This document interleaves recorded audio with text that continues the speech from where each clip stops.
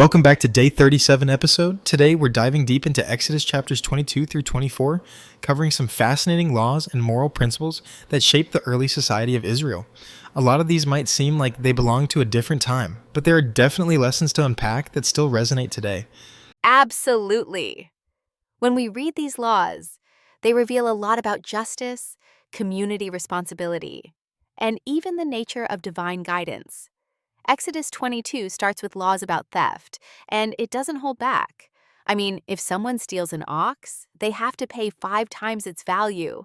That's not a small penalty. Yeah, and that's just the beginning. There's a whole structure for restitution, right? You steal, you pay back multiple times the value. But here's the twist. If you kill the animal or sell it, it's a much more severe consequence. It makes you think about the weight of theft and its ripple effects. And let's talk about the thief who's caught breaking in. If the thief gets killed in the process, there's no bloodshed on the person who did the killing. But if it happens in the daylight, then it's a different story. That seems to imply that there's something about the timing of events that matters when it comes to justice. Right? It's interesting that nighttime is treated almost like a different realm of justice. In the dark, there's more leeway for self-defense, but in daylight, when it's easier to avoid conflict, the rules are stricter. It's all about balancing justice with the circumstances. That's definitely a nuanced approach. And I really like the part where, if the stolen property is found, the thief has to return double. That's a way of showing not just a desire for justice, but also a way to deter theft. You're not just paying back what you took. You're paying extra to make up for the harm you caused. Exactly. It makes it clear that restitution is about restoring the balance, not just neutralizing the crime. It's about making sure the victim doesn't just get their property back, they're compensated for the disruption caused. Now let's talk about the responsibility for livestock. If your animal damages someone else's field, you're responsible and you've got to give them the best of your own land in return. And that really shows the value of personal accountability in the community.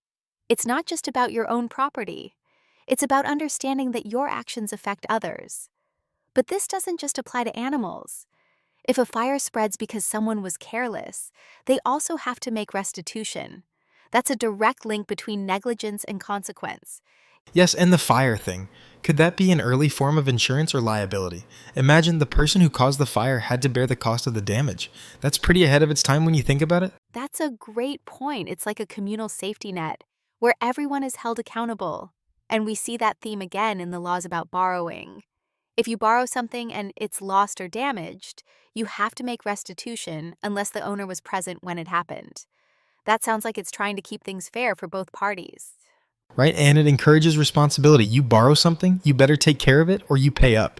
The idea of fairness and accountability really permeates these laws. What about the part in Exodus 22 where it says if a man lies with a virgin who isn't betrothed, he must pay a dowry for her to become his wife? There's a lot to unpack here, especially with how relationships and marriage were viewed. That's such an interesting one.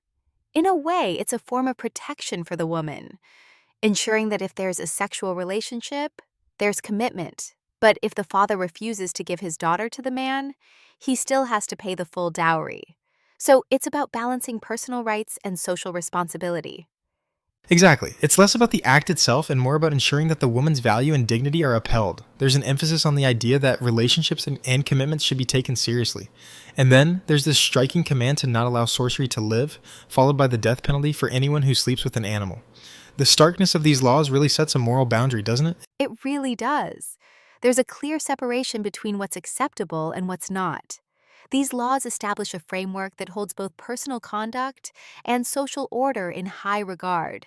And speaking of boundaries, the commandments about not wronging aliens, widows, or orphans, it's like laying the foundation for social justice.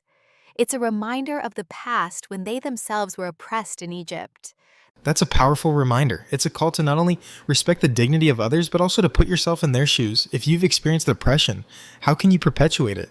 It's deeply empathetic, yet the consequences for wrongdoing are severe. For example, if you oppress these vulnerable groups, God promises to hear their cry and act with wrath. That threat of divine retribution really puts the fear of God into you, doesn't it? It says that justice for the weak isn't just a social issue, it's a spiritual one. And then, when we move into Exodus 23, things get even more layered with the prohibition on false reports, joining evil crowds, and perverting justice. Yeah, that's another big one. The idea of not favoring the poor or the rich. Justice is blind. It doesn't matter who's involved, the law should always be applied equally. That's a huge value, especially considering the tribal and often biased nature of ancient societies. It's a timeless principle, though. Think about it. Whether it's in court today or in ancient Israel, fairness should always outweigh personal biases. That's something that's been emphasized over and over. And then there's the whole not following a crowd to do evil. That one's so relevant, especially now, when mob mentality can quickly escalate situations. Absolutely. It's a reminder to think for yourself even when everyone around you is going in a different direction. And I think this idea of not spreading false reports ties into it too. You're not just responsible for your own actions, but for the truth you spread. It's like building a culture of integrity. It's so true. Now we're getting into the part about the sabbatical year and the importance of rest, which seems like a radical concept even today. The land gets a rest every 7th year, and the poor get to glean what's left. That's a society that values both work and rest. It's a revolutionary idea. Giving the land a break every 7 years not only helps the soil, but also offers a lifeline to those who are struggling. It creates a system where the poor are not forgotten. It's not charity, it's an opportunity to provide for everyone. And all of this builds up to Exodus 24, where Moses and the elders are invited up the mountain, and they enter into a covenant with God. The whole people, after hearing the commandments, say, "We will do all that the Lord has said." This is a powerful moment where the laws and the people come together under divine authority. It's such a profound moment of commitment. They didn't just hear the laws, they agreed to them wholeheartedly, even to the point of being sprinkled with blood as a symbol of the covenant. It's almost like a formal signing of an agreement, but in a deeply spiritual context. Exactly. The covenant wasn't just about keeping rules, it was about maintaining a relationship with God. It was a bond that shaped the very identity of the people. And to close it out, we have Moses up on the mountain for 40 days and nights, receiving the tablets. It's a lot of symbolism and a lot of lessons wrapped into one story. It's amazing how all of these laws and principles come together to form a cohesive understanding of justice, responsibility, and community. Even though these laws were given thousands of years ago, they continue to provide insight into human nature and social structure. Absolutely. It's a timeless reminder of what it means to live justly, protect the vulnerable, and live in harmony with both each other and the divine. And that's something we can all take to heart. Well said. Thanks for listening, and we'll catch you next time as we continue to explore more of these ancient yet ever relevant texts. Take care. See you soon, God bless.